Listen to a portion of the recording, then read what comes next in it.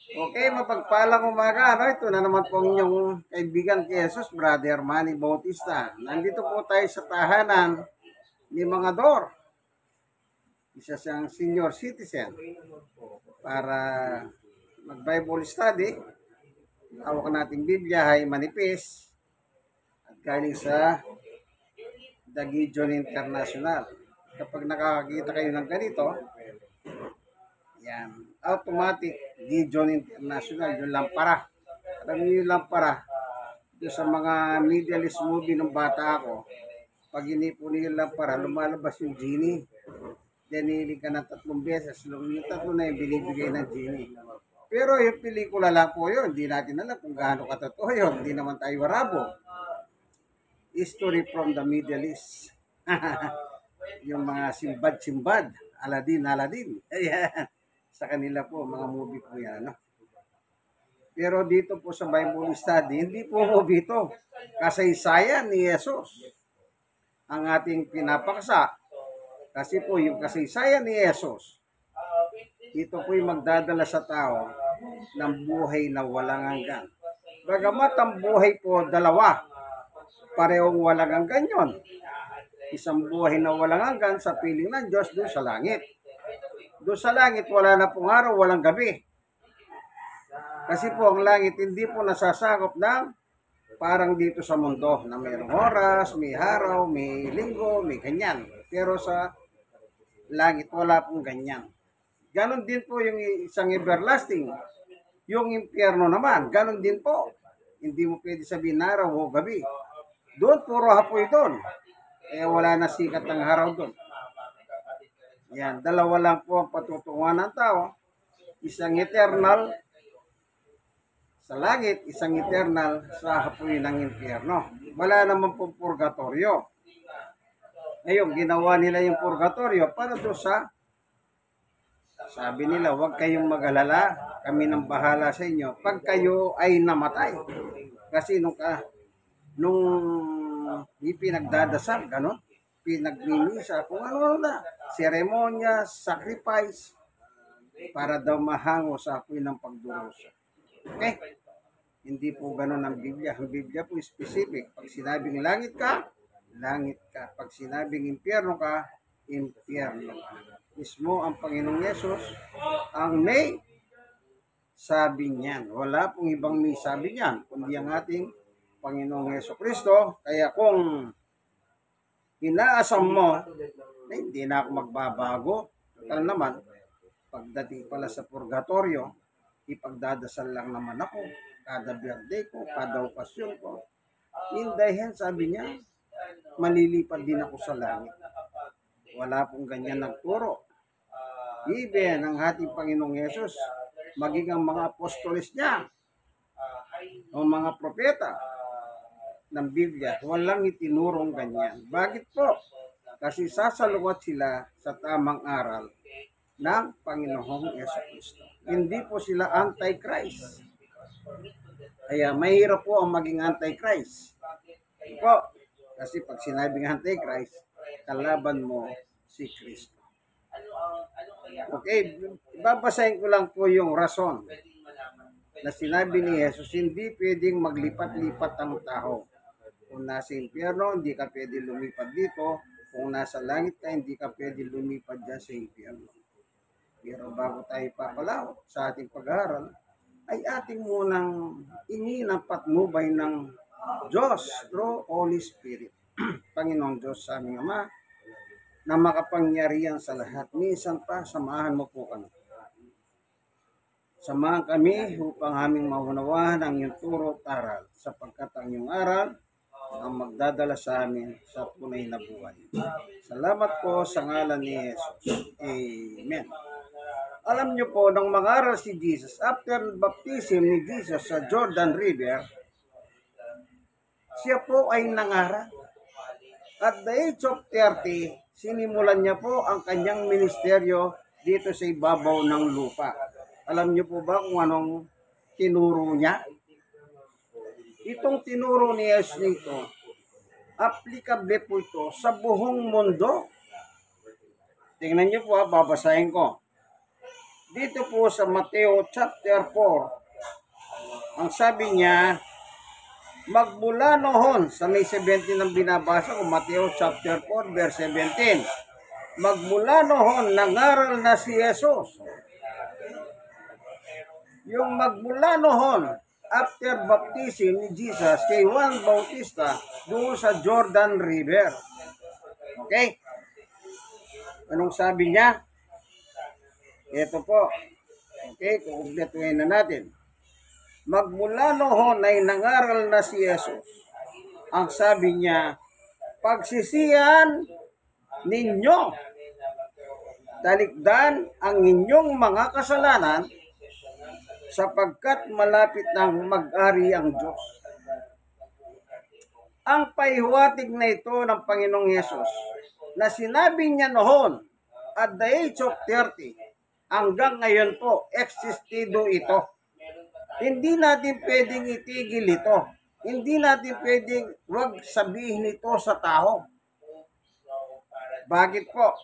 Salita ni Yesus to. Salita ng ating Panginoong Yesus na pinapahalam niya sa buong mundo. Lahat ng tao, wala pong exempted. Lahat magsisi at talikuran ng kasalanan. Yang pagsisisi po, hindi mo maintindihan yan eh. Bawa sabi ng isang tao, hoy, magsisi ka sa kasalanan mo. O anong naintindihan niyo po ba yung salitang pagsisisi? Ang pagsisisi, ang sabi ni Jesus, talikuran yung kasalanan mo. Oh. Kung naririnig mo itong video ito, napapanood mo kaibigan, kung ikaw ay nasa buhay ng kamunduhan, nasa buhay ka ng kamunduhan, bisyo, hindi na natin isa-isain ng bisyo, basta kamunduhan, bisyo. Yung bisyo, ito yung nagbibigay kaligayahan sa laman. Itong laman natin, halimbawa, nagsyabo ka, masaya ka. Itong katawan mo masaya, itong laman. Eh, paano naman yung katawan mo sa lupa? Ay, sa loob.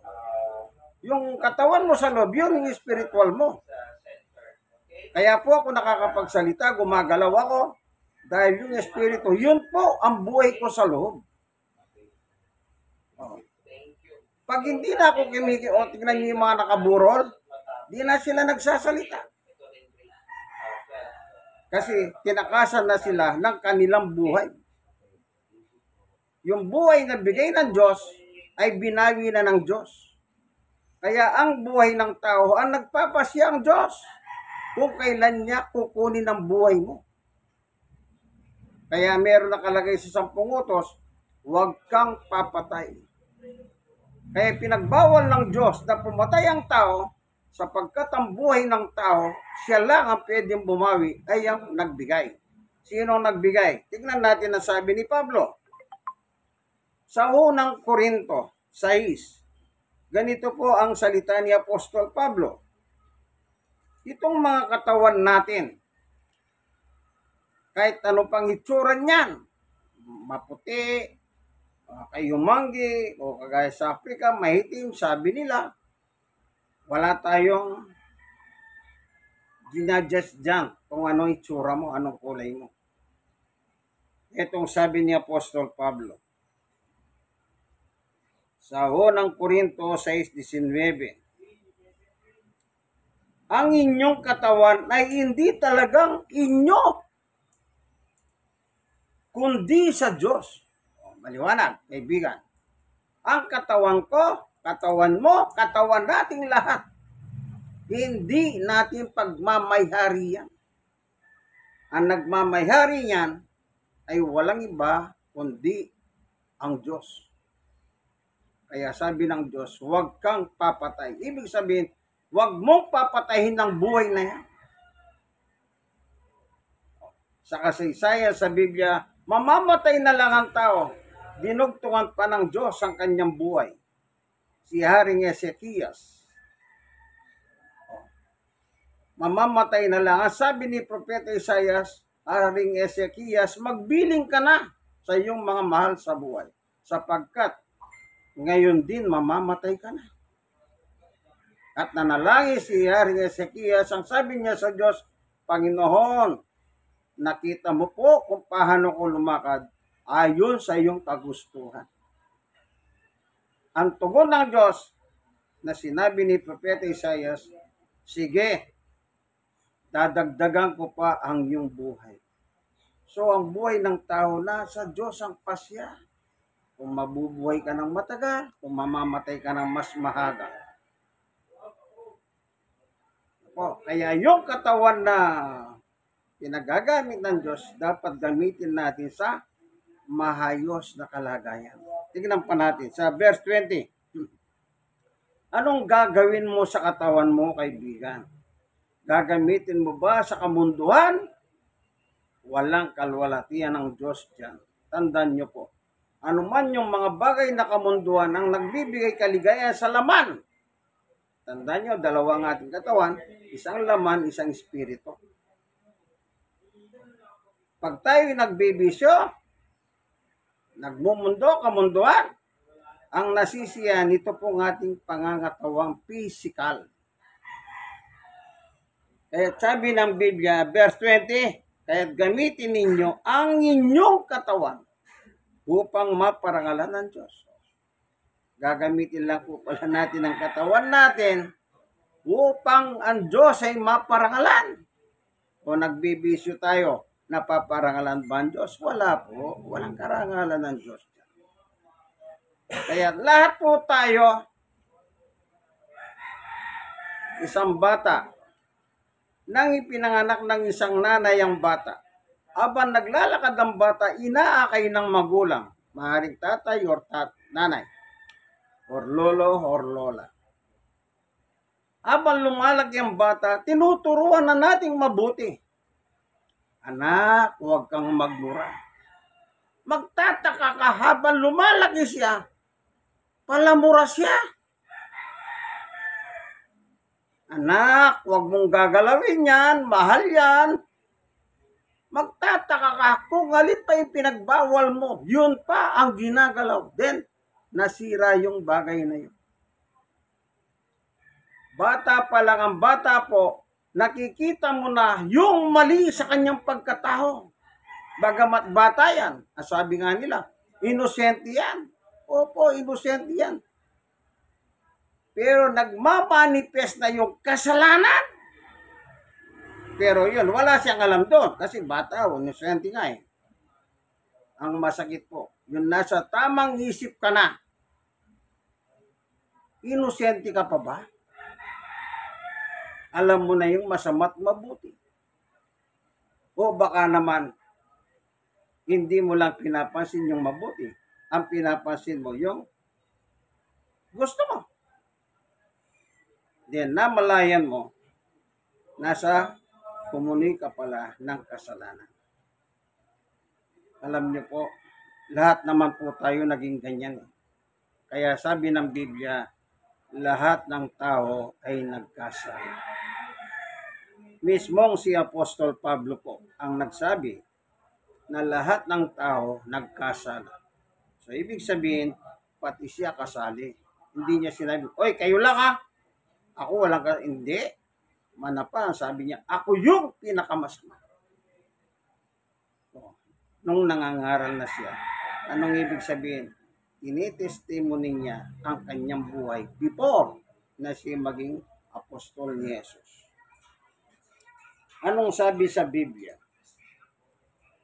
Roma 6:23, sapagkat, ito ba, 3:23 muna, no? 3:23. Anong sabi ni Pablo? Para may makita natin. Yung binabasa ko pala yung judgment na yun. Sapagkat ang lahat ay nagkasala at walang sino mang karapat-dapat sa paningin ng Diyos. Kita nyo? Walang karapat-dapat sa paningin ng Diyos. Ibig sabihin, lahat tayo loko-loko. Ngayon, baka sabihin nyo kayo, hindi kayo loko-loko. Bahala kayo. Lokohin nyo sarili nyo. O, anong bayad? Ito, balikan natin yung 6:23. Anong sabi ni Jesus? Ni Apostol Pablo. Kasi sabi ni Pablo, lahat tayo nagkasala, hindi tayo karapat-dapat sa Diyos. Sapagkat kamatayan ng kabayaran ng kasalanan. Death penalty po pala. Kaya po mga tao, nakikita nyo, may binuburo, may nililibing. Ang nakapagtataka kung kailan patay at saka pinagdadasal ng tao. Diyos ko, patawarin mo na siya. Patay na yan. Naatulan na yan. Once na ang tao po iwalayan na siya ng kanyang buhay, automatic po yun. Yung kanyang buhay na humiwalay sa kanyang katawan, automatic po tatanggap ng kahukulang parusa. Kaya hindi po matagal yun. Twinkle of eye, yung isang pitik ng mata mong ganyan. Ganon kabilis po. Ang pagalis ng kaluluwa mo sa katawan mo, isang pitik lang ng mata mo. Tiyong! Nandun na po yun. Nakaharap na sa judgment day. Judgment, hindi pa day. Iba yung day. Judgment na kagad. Kasi meron pa susunod na judgment. Antimano. Ito po sabi ng Biblia. Hindi po tayo nag-iimbento. Kaya wala ka ng pagkakataon, lumipat pa. Sabi nila, huwag kang mag-alala, pagdadasal ka namin, makakalipat ka rin. Sino ka na nagsasabing hililipat mo siya sa pamamagitan ng dasal-dasal? Diyos ka ba? Diyos ka ba? Ito ang sabi ng Biblia, 9 ng Hebreo, 27, itinakda. Tandaan niyo po, itinakda sa mga tao. Pag sinabing mga tao sa buong mundo, the entire universe, pasok sila lahat dito. Na minsan lamang mamatay. Minsan lamang mamatay.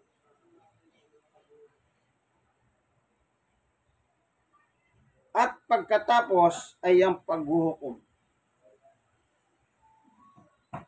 Sabi ko nga po sa isang kisap mata, yung paggalis ng kaluluwa mo, yung nakakita na po ba kayo namamatay, yung sinasabi, ay nag-iingalo na. Yung unti-unti na, yung parang inabol niya yung hininga niya. Mula sa paha, pataas hanggang sa muka. Yung uling higop niya, yun ang pagtakas ng kanyang buhay. Yung pagtakas ng buhay ng tao, kasing bilis po ng isang pitik ng mata. Isang kurak. Nandun na po siya at iginawad na ang parusa. Kung nasa paraiso siya ng Diyos o nasa apoy ng pagdurusa siya. Paano mo pa ililipat yan, kaibigan? Maging si Kristo, sinabi niya, siya nagbigay ng buhay, si Jesus. 1:63. Siya rin ang nagsabi, hindi ka pwede lumipat. Ang sabi ng Panginoong Jesucristo. Kaya nakakatakot po, ano? Yung mga nagsasalitang nagtuturo na pwede ka parho lumipat. May pag-asa ka pa, hika nga. Maling-mali po yan. Anti-Christ teaching yan. Napakaraming ganyan po. Nakakahawa po sila. Nagbabasa sila ng Biblia, nagtuturo sila ng biblical, pero hindi po nila maintindihan. Ang sabi ng Diyos, once you die, judge. Siya na po ang nagpasya ng buhay natin. Nasa Diyos po kung gusto niyang mamatay ka. Nasa Diyos kung gusto niyang umaba ang buhay mo. Bakit? Siyang nagmamayari ng buhay na ginagamit natin. Kaya ginamit ko po yung si Aring Ezekias, nasa chapter 38 ng Isaias, basahin niyo po yun. May sila yun. Nang sabihin siya si Propeta Isaias, ang sabi ng Diyos, mamamatay ka ngayon. Aring Ezekias, magbinig ka na sa iyong mga pamilya, sa iyong anak, sa iyong asawa. Pero nanalangin si Ezekias. Anong sabi niya? Panginoon, at dininig ng Diyos ang kanyang dalangin at ang sabi ng Diyos kay Elias ay kay Isaias, sabihin mo sa kanya, dinadagdagan ko pa siya ng 5 taon, 15 years. Mamamatay na lang. Pero, sino nagsabing dadagdagan? Ito yan Diyos, pinadahan kay Propeta Isaias. Kaya lahat tayo, kaibigan, mamamatay. Kaya dito pala, kaya nagturo si Jesus, magsisi talikuran ng kasalanan. Ibig sabihin ng talikuran, huwag mo nang babalikan ang iyong kasalanan. Kung nabubuhay ka sa bisyo, sa kamunduhan, stop. Once you heard the word of God, panguli. Kung mahal mo ang buhay mo, kaibigan, mag-stop ka na. Naalala ko noon, meron ko na pangaralan. Lagi siyang merong Red Horse. Sabi ko, hindi ka pa ba nagsawa sa kakainom ng Red Horse? Matanda ka na. Ako bata pa lang ako, natuto na akong inom. Pero nung naunawaan ko ang salita ng Diyos, at itinuro ng Diyos sa akin, stop. Nag-stop ako. Mahirap mag-stop. Pero dahil mahal ko ang Diyos, mas mahal ko ang Diyos kaysa doon sa halak.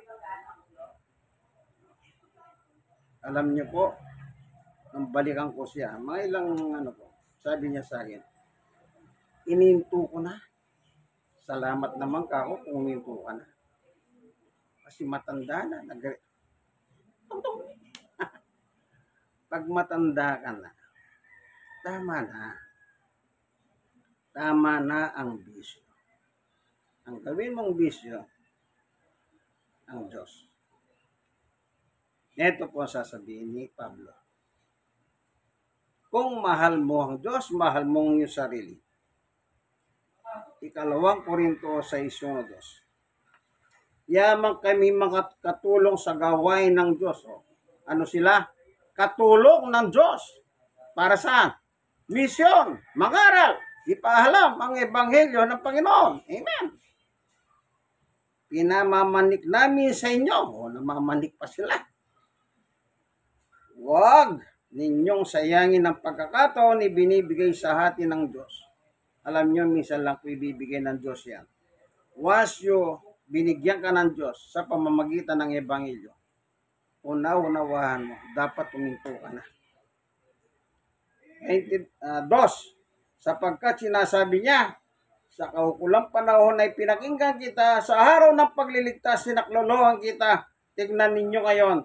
Ngayon na ang panahon ng nararapat. Ngayon na ang araw ng pagliligtas. Once you heard the word of God, this is the day that the Lord has gave. Salvation for you, kaibigan. Salvation. Kaya yung salvation na yan, samantalahin mo, parang kayamanan yan. Kung yung kayamanan, tinatago-tago mo, pero nawawala. Ninanakaw lang ng mga masama. Masigit mong pahalagaan yung salvation na inalok sa iyo ng Diyos. Bakit? Sapagkat pagpatay ka na, yung salvation na yan, wala na rin yun. Ano pa ang yung wala ka nang magagawa, kaibigan.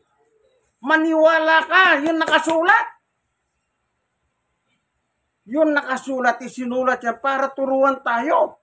Hindi upang yung iba naman pag tinuturo mo, sila pa nagagalit Alam nyo, mayroong magaling na judge, ex-judge, literato, babae pa.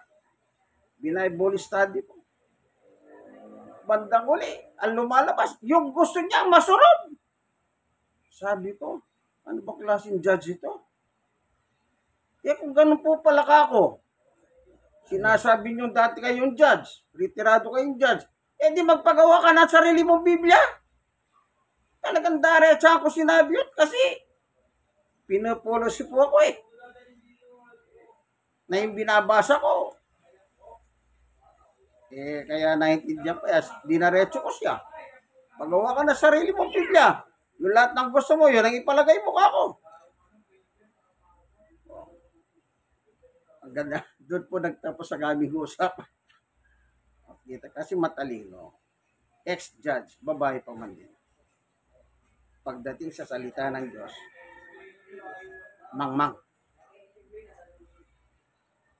Huwag tayong gumaya sa mga mangmang po. Kasi alam niyo po yung mangmang talagang pangit na salita yan. Kung ayaw mong mangmang, di matalino ka. Kasi ganun lang yun eh. Mangmang matalino, mangmang matalino. Pag ayaw mong mamano ka, matalino. Pero narinig mo salita ng Diyos, ayaw mo naman gawin. Anong tawag sa iyo? Ikaw lang umusga, kaibigan, sa iyo sarili. Hindi ako. Ang Biblia po ang uusga sa atin. Indahin na tayo po wala na dito sa mundo. Kasi pag wala na tayo, tapos na po. Wala nang pagsisisi, wala nang pangangaral, ano pa, wala nang kabisyo-bisyuan. Tapos na nga po yan. Lahat magtatapos, kaibigan. Pero mananatiling buhay yung sumusunod sa kalooban ng Diyos. Sinong nagsabi niyan? Jesus, Ama namin nasa langit ka. Ano nakalagay po ron? Sundin ng kalooban mo dito sa lupa hanggang sa langit. Salamat, Panginoon Diyos, sa iyong liwanag na turo at aral sa amin, na pinapaunawa mo lamang sa amin, na kami po ay may pagbabayaran kang kamatayan. Was na hindi po kami magsisi, hindi po namin talikuran ang aming mga kasalanan. Salamat po sa ngalan ni Jesus. Amen. Kayo pong mga nanonood ng video ito, harinawa, meron po kayong natutunan, meron kayong napulot. Hindi po tayo nagloko-lokohan dito. Gumagamit po tayo ng Biblia. Po, sa eskwela, gumagamit tayo ng libro para tayo matuto. Pero pag hindi mo gamitin yung libro mo, baka sasabihin ng teacher mo, ipatawag mo ang tatay mo o ang nanay mo. Bakit? Wala kang natututunan. Hindi po ba gano'n? Ganon talagang eksena sa school. Ganon din po ang eksena rito. Once you heard the word of God that hindi mo po pinansin, itong salita ng Diyos hindi mo pinansin, ito po yung gagamitin ng Diyos sa iyong atol pagdating ng araw. God bless us all po, ano? Like and share. Kayong mga na-sharean, share niyo po sapagkat napakagandang mag-share tayo patungkol sa Diyos. Ganito na lamang po. God bless us all. Bye-bye!